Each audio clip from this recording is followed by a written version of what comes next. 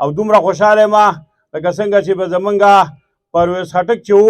کله به یې د ډولکي ډنګ واورېده د عمران خان د مخې ته به یې ګډېده دغه دومره خوشحاله یم جي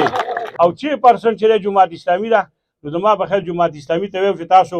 هغه اخري جنازه به هم په خیره سره به 2000 د دې د 2018 کې یو جنازه مونږ ستاسو کړې وه او اوس به 2024 کې داسې جنازه ستاسو وکړو چې انشاءالله تعالی چې بیا به راپانه سي دلته کې دا حلقې چې دي دا 2 کسانو پکې ډېرې زیاتې پیسې لګولې دي یو زمونږ پخواني صاحبزاده یعقوب صاحب چې دی هغه پکې پیسې لګولې دي چې یاره دا حلقه چې د خپله جوړه کړي او دلته کې د هغه د جماعت اسلامي د یو کس سره ورانه د شاد نواز خان سره چې هغه یو طرف ته کړي او ځان بل طرف ته کړي د هغې دپاره دا کوشش کاوه او ورسره دلته کې بهادر خان چې دی هغه دا کوشش کړی خو زه ډېرو عزتمندو مشرانو سپین ږیرو کشرانو د ایسپ او د یوت ځوانانو ستاسو ډېره زیاته شکریه ادا کومه واقعي زموږ چې کوم پروګرام و هغه د ډېر وخت نه دوی دا ملګري یم دغه خبره به یې کوله چې پروګرام به کوو او زمونږ صرف د ورکرز کنونشن د خپل ویلیج کونسل د کوټکي شاهي خیل یو سوچ و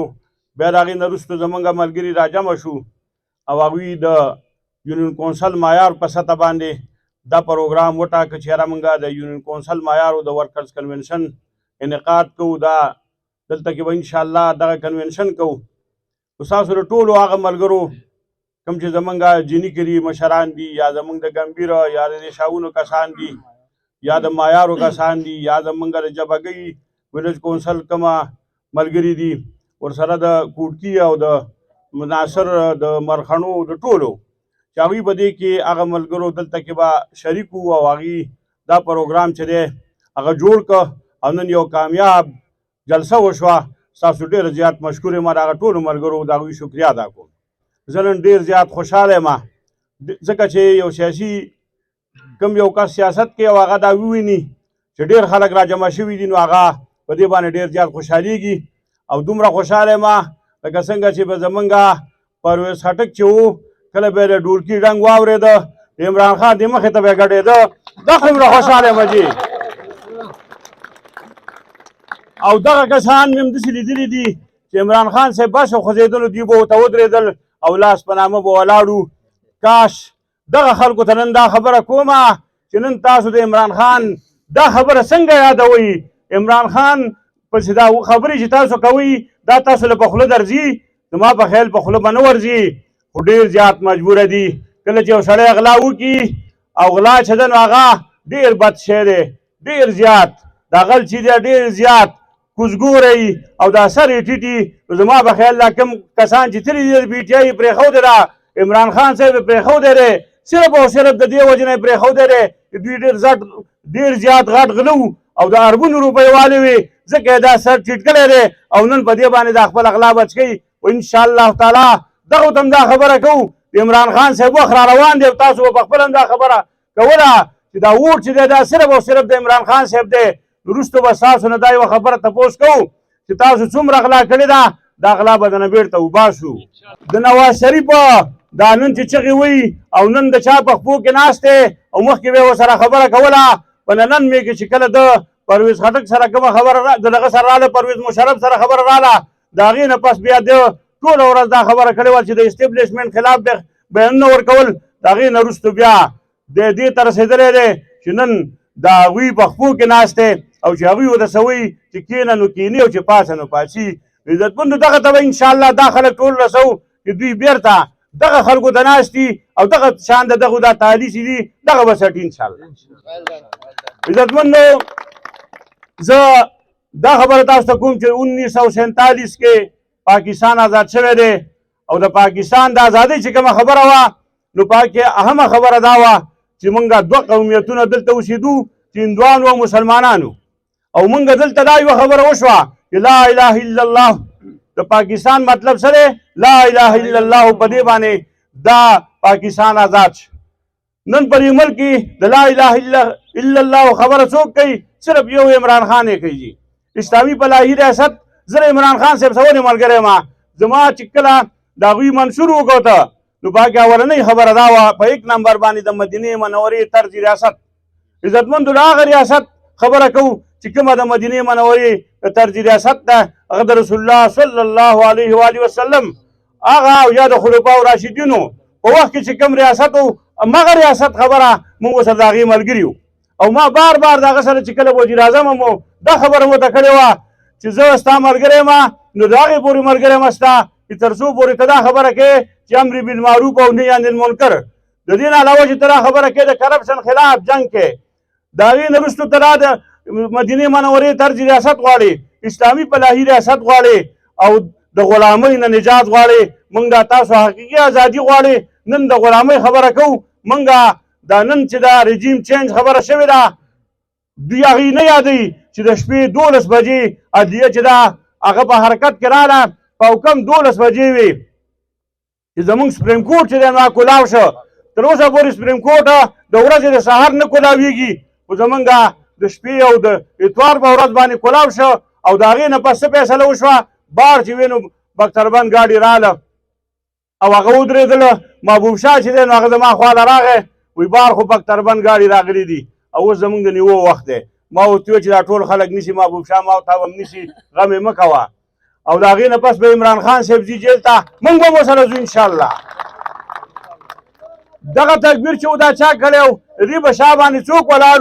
او د دې ملک کې دا رژیم چینج چا وکړه نن دغه خبره کېږي چې غدار څوک دی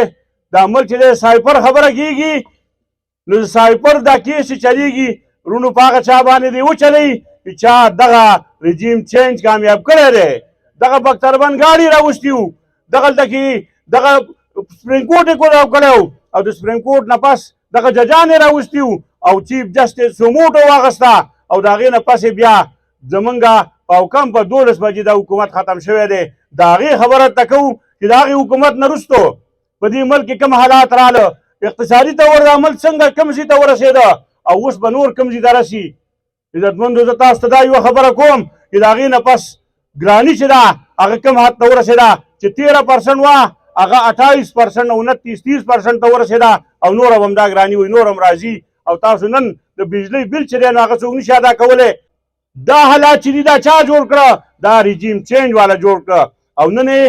پکې یو بېګناه زمونږ او ستاسو د ټولو د زړه سر او زمونږ او ستاسو مشر عمران خان چې دی نو هغه په جیل کې اړتلی دی او کیس به هغه چلی شرم ولې پکار دی دې خلکو له دې عدلیې ته هم دا خبره کوو اسلام آباد های کورټ ته او د لاهور های کورټ ته چې تاسو غواړ خلک یې چې تاسو له څوک هم درځي نو تاسو که په ډرم کې بالکل د تارکونو په ډرم کې بالکل تور شوی نو تاسو یې داسې سپین کوئ داسې پاک باز یې کوئ لکه څنګه چې نواز شریف چې دی هغه وباخه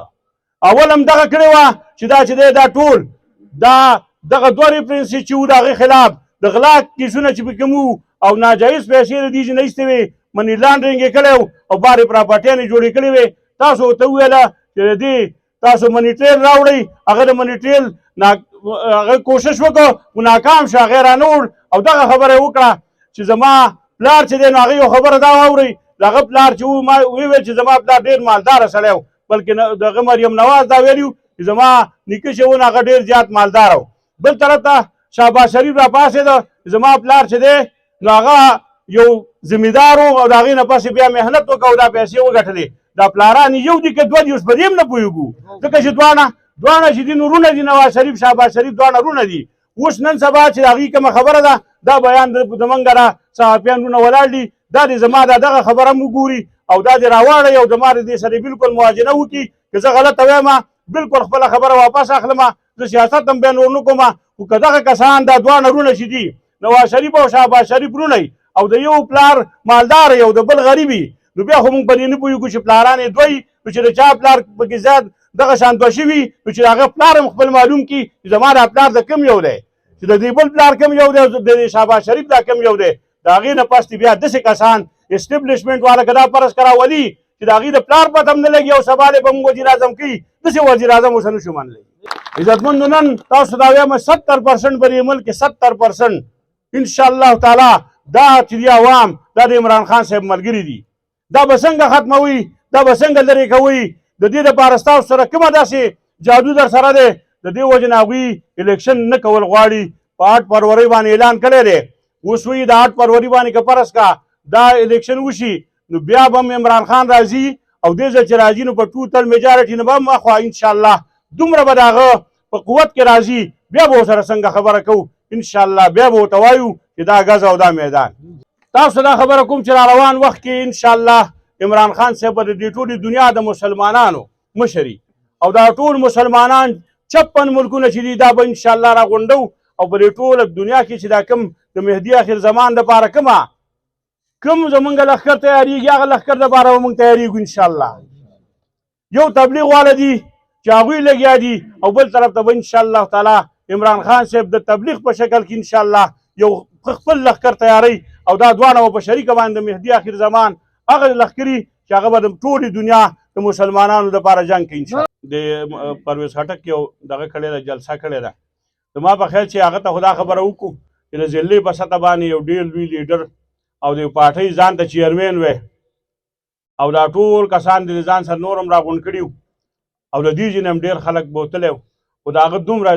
کسان ناست به وو دومره کسان نه وو نو زه تاسو ته هغوی ته خو دا وایم چې که ته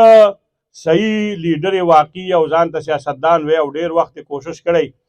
او سیاست دې کړی او د هغې نه پس ته دومره ناکام شوی چې دومره خلک په ضلع کې نشي راغونډولی په بنو کې یو ځل چا ته تپوس وکړه وایي نو کمنټس تاسو به اورېدلي چې دا کرسۍ ولې خالي دي بیخي او څه پکې نشته وایي نو کمنټس نو زه ته وایم چې د دوی به همدغې ته به رسي چې په کرسۍ به پرتي او دوی به ورته تقریر کوي انشاءالله تعالی د دوی مستقبل ختم دی دوی به ټوله ورځ ما خو تاسو ته وویله د عمران خان د خپو ته ناست وو انشاءالله د عمران خان د خپو ته به بیا کېنو او انشاءالله تعالی لوی دیر چې دی بیا د عمران خان دی او عمران خان صاحب بیا هم په دې دیر کې ګټه کوي انشاءالله کلین سویپ به کوي 56% چې دی حبیب اکرم چې کومه سروې کړې ده 56% پی ټي آی ده 25% کسان چې دي هغه دا غواړي چې موږ ووټ نه ورکوو کېدای شي دا هم په هغه وخت کې داسې پاتې شوي چې لکه زه دا ووایم چې عمران خان له ووټ ورکومه او سهار راپسې څوک راشي یا څه خبرې د دې وجه نه بیا دا خبره کړي دغه هم زموږ د عمران خان ملګري انشاءالله او 6% چې دی جماعت اسلامي ده نو زما په خیر جماعت اسلامي ته ویم چې تاسو